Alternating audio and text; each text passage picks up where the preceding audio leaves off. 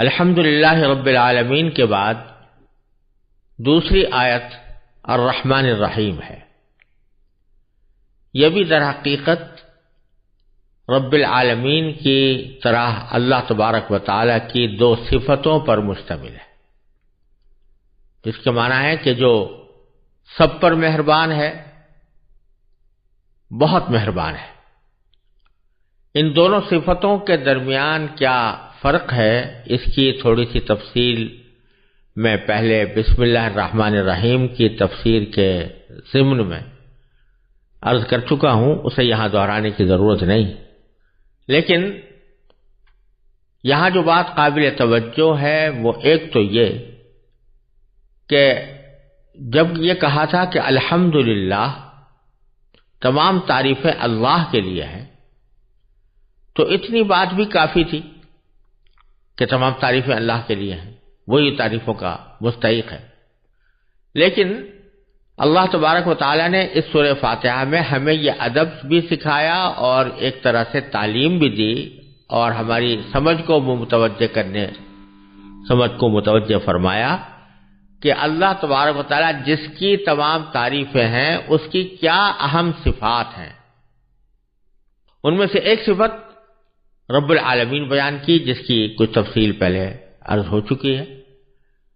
اور دوسری صفت الرحمن اور تیسری صفت الرحیم بیان فرمائی۔ جیسا کہ میں نے پہلے عرض کیا تھا کہ اس کو اس طرح بھی دیکھا جا سکتا ہے کہ الحمدللہ ایک دعویٰ تھا، اور وہ دعویٰ یہ تھا کہ تمام تعریفیں اللہ ہی کی ہیں، یعنی اللہ تبارک و تعالیٰ کے سوا کوئی بھی ذات،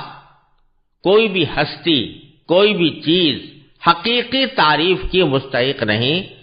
اگر حقیقی تعریف کی مستحق ہے تو وہ صرف اللہ تبارک و تعالیٰ کی ذات ہے۔ یہ ایک دعویٰ تھا۔ آگے رب العالمین میں بھی اس کی ایک دلیل بیان کی گئی ہے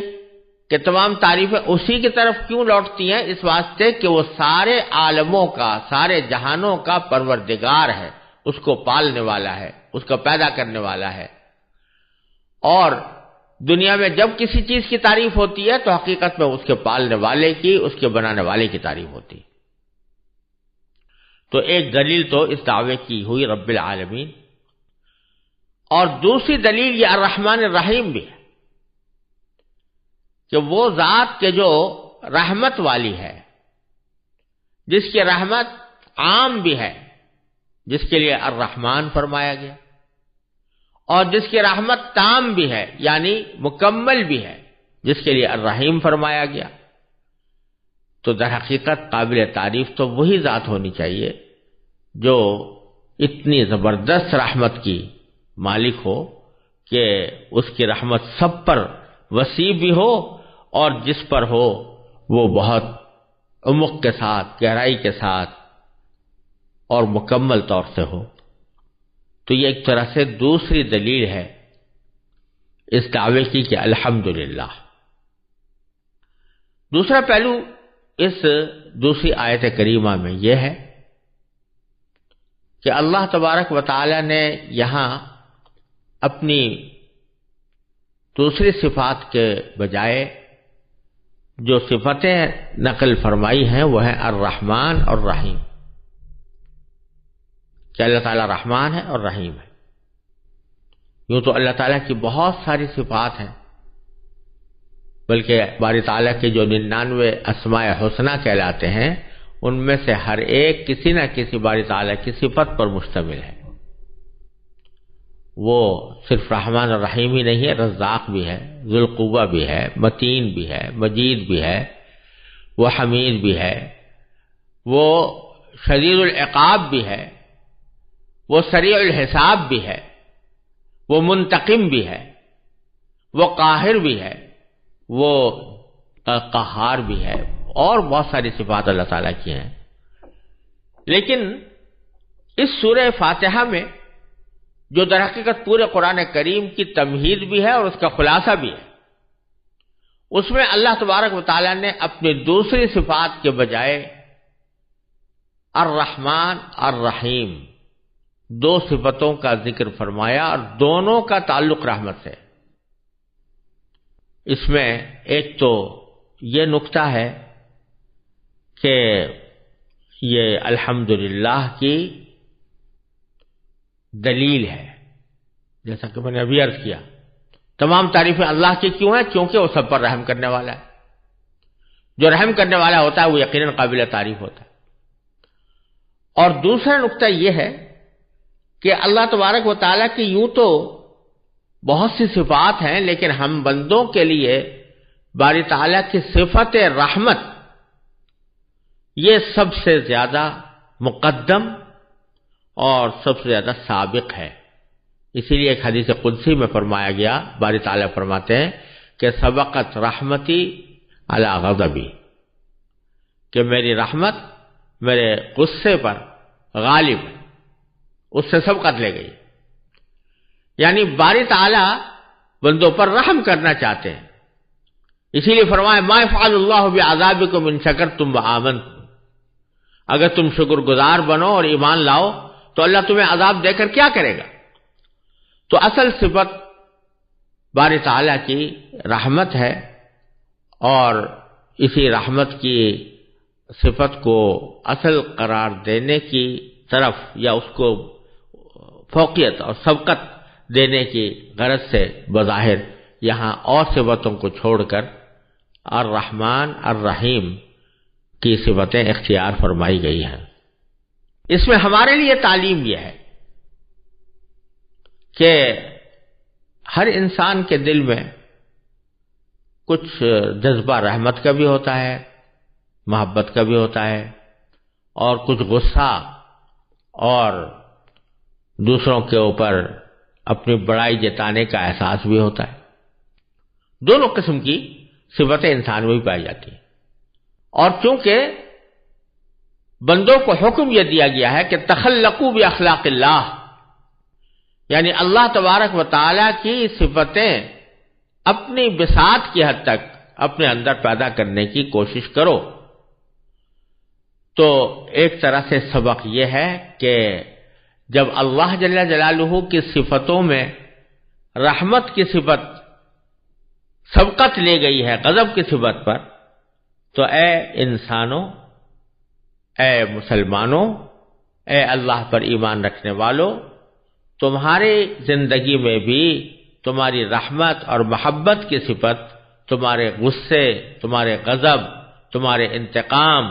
وغیرہ کے جذبات پر غالب آنی چاہیے۔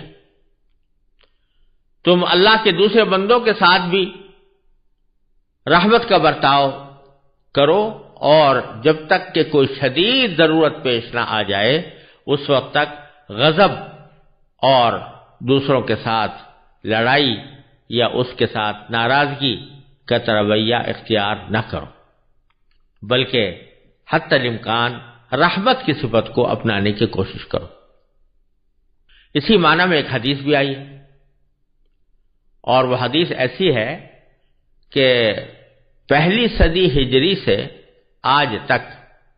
اس حدیث کی یہ خصوصیت رہی ہے کہ جب کوئی طالب علم یا شاگرد اپنے استاد کے پاس حدیث کا درس لینے کے لیے پہنچتا تو استاد اس کو سب سے پہلے یہ حدیث سناتے تھے۔ اسی لیے اس حدیث کو حدیث مسلسل بالاولیہ بھی کہا جاتا ہے، یعنی وہ حدیث ہے کہ جو حضرت سفیان ابن عیینہ سے لے کر ہم تک یہ اس طرح پہنچی ہے کہ جب بھی کسی شاگرد نے کسی استاد سے حدیث پڑھنے کی درخواست کی تو سب سے پہلے حدیث جو اس کو سنائی گئی وہ یہ تھی۔ اور اس سے اس حدیث کی اہمیت کا بھی اندازہ ہو سکتا ہے کہ مسلم معاشرے میں اس حدیث کو کیا مقام دیا گیا تھا کہ اس کے نتیجے میں سب سے پہلے یہ پڑھایا جاتا تھا، جس کا مطلب یہ ہے کہ اور باتیں بعد میں ہیں، پہلے یہ حدیث اور اس کے مفہوم کو سمجھنے کی کوشش کرو اور اس کو اپنی زندگی میں اپنانے کا اہتمام کرو۔ وہ حدیث کیا ہے؟ عن عبداللہ بن عمرو بن العاص رضی اللہ تعالی عنہما قال قال رسول اللہ صلی اللہ علیہ وسلم الراحمون یرحمهم الرحمن تبارک و تعالی ارحموا من فی الارض یرحمکم من فی السماء۔ حضور اقدس صلی اللہ علیہ وسلم نے ارشاد فرمایا، حضرت عبداللہ بن عمرو بن عاص رضی اللہ تعالیٰ عنہ اس کے راوی ہیں، وہ فرماتے ہیں کہ رسول کریم صلی اللہ علیہ وسلم نے یہ بات ارشاد فرمائی کہ الراحمون یرحمہم الرحمن، جو لوگ دوسروں پر رحم کرتے ہیں رحمان ان پر رحم کرتا ہے، یعنی اللہ تعالیٰ ان پر رحم کرتا ہے۔ اور پھر فرمایا کہ ارحموا من فی الارض یرحمکم من فی السماء، زمین والوں پر تم رحم کرو، آسمان والا تم پر رحم کرے گا۔ یہ بڑا معنی خیز جملہ ہے جو نبی کریم صلی اللہ علیہ وسلم نے ارشاد فرمایا کہ اے مسلمان، جب تم نے اپنے آپ کو مسلمان کہا ہے اور اللہ تبارک و تعالیٰ کی وحدانیت پر اور اس کی ربوبیت پر اور اس کی صفات جلال و جمال و کمال پر ایمان لائے ہو، تو پھر تمہیں اللہ تعالیٰ کی اس صفت رحمت کا کچھ عکس اپنی زندگی میں پیدا کرنا چاہیے کہ وہ رحمان جو تمام کائنات پر رحم کر رہا ہے، اس کی رحمت کی ایک جھلک تمہارا وجود بھی ہے، تمہاری بقا بھی ہے، تمہاری صحت بھی ہے، تمہارا رزق بھی ہے۔ اسی باری تعالیٰ کے اس صفت رحمت کو اپنے اندر اس طرح پیدا کرو کہ تم بھی دوسروں پر رحم کرو، تو رحمان تم پر رحم کرے گا۔ اور زمین والوں کے ساتھ رحمت کا برتاؤ کرو تو آسمان والا تم پر رحمت نازل فرمائے گا، دنیا میں بھی اور آخرت میں بھی۔ تو یہ سورہ بقرہ کی دوسری آیت اگرچہ باری تعالیٰ کی ایک صفت کا بیان کرنا اس کا مقصود ہے اور ایک دعوے کی دلیل بھی ہے، لیکن ہمارے لیے اس میں سبق یہ ہے کہ ہم اپنی رویوں میں رحمت کو غالب رکھیں اور غضب کو، غصے کو، ناراضگیوں کو یہ پیچھے رکھیں، بغیر شدید ضرورت کے، بغیر کسی شدید حاجت کے ہم غصے اور ناراضگی سے پرہیز کرتے ہوئے رحمت اور محبت کا پیغام دنیا کو دیں اور رحمت اور محبت ہی کی کا لوگوں کے ساتھ برتاؤ کریں۔ اب یہ کچھ بعض مقامات ایسے ہوتے ہیں کہ جہاں آدمی کو اپنے غضب کا اظہار بھی کرنا پڑتا ہے، وہ بظاہر رحمت کے خلاف نظر آتا ہے، لیکن وہ استثنائی صورتیں ہیں اور ان مواقع پر غصہ کرنا ہی شریعت کا تقاضا ہے اور عقل کا بھی تقاضا ہے، لیکن اصل معاملہ، اصل رویہ لوگوں کے ساتھ رحمت کا اور محبت کا ہونا چاہیے۔ یہ سبق ہمیں سورہ فاتحہ کی دوسری آیت سے مل رہا ہے۔